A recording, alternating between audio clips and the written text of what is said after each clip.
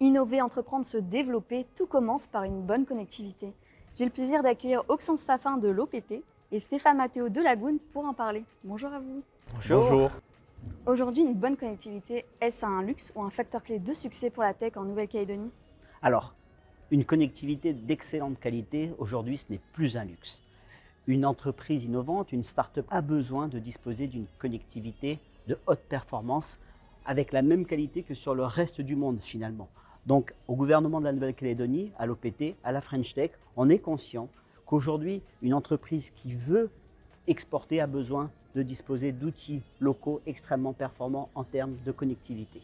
Le terme luxe n'est plus un mot à utiliser pour une connectivité. C'est une nécessité pour tout type d'entreprise, qu'elle soit d'une start-up à une entreprise établie sur le territoire. On est sensible à la disponibilité de la connexion, aussi bien à la latence et à la vitesse. On ne peut plus se développer sans connectivité numérique maintenant. Ça ne marcherait plus aujourd'hui. Non. Et justement, qu'est-ce qui a changé ces dernières années pour les entreprises et les startups grâce aux infrastructures numériques? Ça a changé le champ des possibles. Il y a encore une décennie de cela, on se limitait par rapport à notre côté insulaire, par rapport à la vitesse de connexion avec le reste du monde. Ces barrières sont au fur et à mesure tombées et maintenant ça ouvre le champ des possibles. Oui, évidemment, du même avis. Et c'est vrai, ce qui a changé en Nouvelle-Calédonie, c'est l'évolution continue de nos réseaux. Nous avons déployé un premier câble sous-marin, un second câble sous-marin. La fibre optique est présente partout. Aujourd'hui, en 2026, nous allons déployer la fibre optique. Et finalement, nos startups, nos entreprises innovantes vont disposer des outils qui vont leur permettre d'être un bac à sable en Nouvelle-Calédonie. Ça va leur permettre d'exporter, puis également d'attirer des talents en Nouvelle-Calédonie. Et ma question suivante, ça va totalement vous concerner. En quoi les opérateurs télécoms et les fournisseurs d'accès à Internet sont-ils devenus de véritables leviers d'attractivité économique et internationale pour la Nouvelle-Calédonie? Aujourd'hui, une grande entreprise internationale, une entreprise métropolitaine ne va pas pouvoir s'installer en Nouvelle-Calédonie si elle n'est pas confiante dans les réseaux. Et aujourd'hui, c'est ce qu'on propose. La Nouvelle-Calédonie dispose d'une connectivité performante, résiliente, innovante, et c'est une véritable attractivité pour les entreprises. Il faut même voir là, au-delà. En fin de compte, la Nouvelle-Calédonie n'est plus une île au point de vue numérique, elle fait partie du monde. Donc comme on l'a dit, toutes les avancées technologiques qu'il y a eu par le passé nous ont amené que la Nouvelle-Calédonie n'est pas une île numérique. Donc une entreprise internationale peut être attirée par la Nouvelle-Calédonie si nous avons à ce moment-là à lui offrir justement toutes les garanties pour une activité professionnelle aussi bien que si elle est située sur un des pays voisins.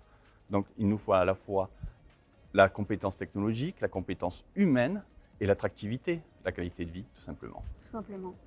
Et maintenant, je vais vous parler un peu de l'événement Vivatech. Est-ce que vous pouvez me dire en quoi la présence de la Nouvelle-Calédonie à Vivatech est-elle stratégique? Elle est très importante. En fin de compte, comme on vient de répondre avec Oxence sur la question précédente, on n'est plus sur une isolation numérique. Donc il faut aussi nous-mêmes faire le pas vers les autres.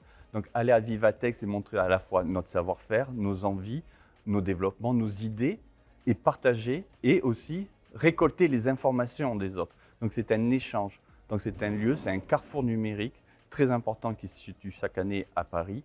Et cet échange n'est plus une impasse, c'est vraiment une nécessité.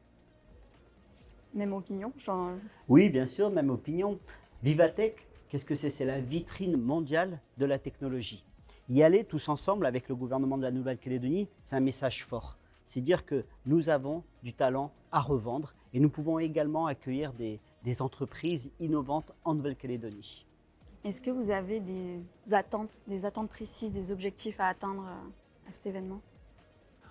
Alors tout d'abord, oui, il y a une attente par rapport à nos entreprises, nos startups qui seront représentées, avoir des échanges pour que ces startups puissent se développer, qu'elles soient bien sur un point de vue financier que partenariat ou client, tout simplement.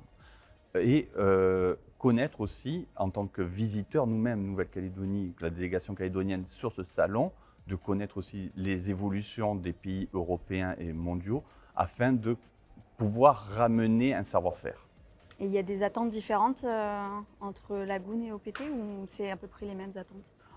Je pense qu'on est complètement alignés sur nos attentes. On soutient ces pépites calédoniennes, ces talents calédoniens, et puis l'attractivité, faire de notre territoire un territoire de référence, une île connectés dans le Pacifique, c'est véritablement des valeurs que nous partageons. Une dernière question bonus pour vous, si ça ne vous ennuie pas.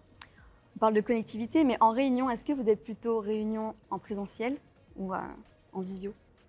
Alors moi, je serais plutôt aujourd'hui pour la visio. Ça permet d'avoir des réunions de la même qualité, mais un bilan carbone bien plus faible. Et puis ça évite tous ces déplacements, ça évite cette perte de temps.